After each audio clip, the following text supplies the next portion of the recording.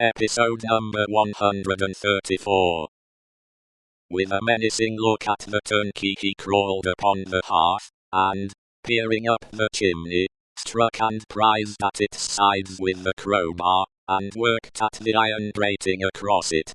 In a few minutes, some mortar and dust came dropping down, which he averted his face to avoid, and in it, and in the old wood ashes, and in a crevice in the chimney into which his weapon had slipped, or wrought itself, he groped with a cautious touch. Nothing in the wood, and nothing in the straw, Jack. Nothing. Let us collect them together, in the middle of the cell. So. Light them, you. The turnkey fired the little pile, which blazed high and hot.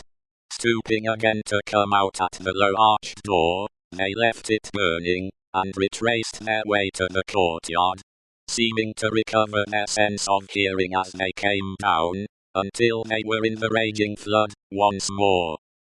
They found it surging and tossing, in quest of Defarge himself.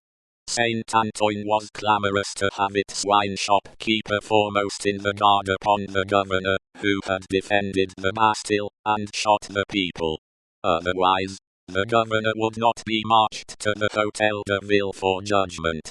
Otherwise, the governor would escape, and the people's blood, suddenly of some value, after many years of worthlessness, be unavenged. In the howling universe of passion and contention that seemed to encompass this grim old officer conspicuous in his grey coat and red decoration, there was but one quite steady figure, and that was a woman's. "See, there is my husband," she cried, pointing him out. "See Defarge."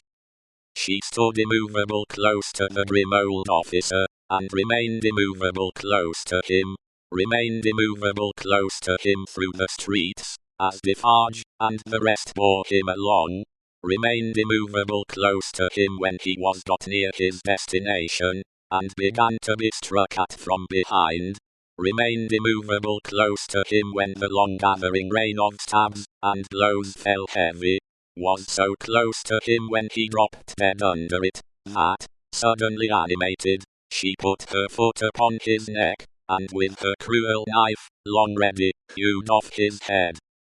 The hour was come, when Saint Antoine was to execute his horrible idea of hoisting up men for lamps to show what he could be, and do. Saint Antoine's blood was up, and the blood of tyranny and domination by the iron hand was down on the steps of the Hotel de Ville, where the governor's body lay, down on the sole of the shoe of Madame Defarge where she had trodden on the body to steady it for mutilation.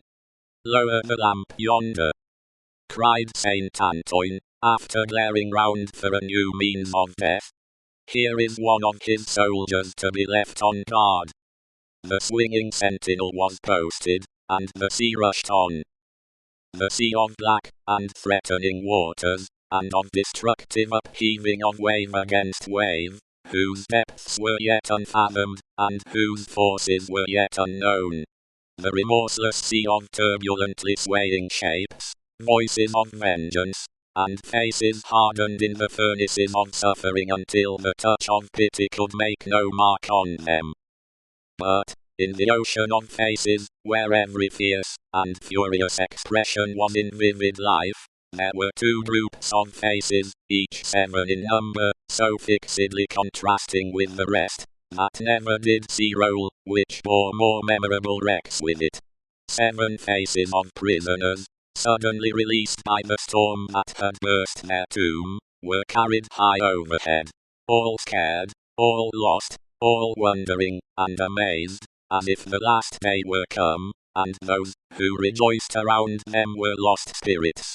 Other 7 faces there were, carried higher, 7 dead faces, whose drooping eyelids and half-seen eyes awaited the last day.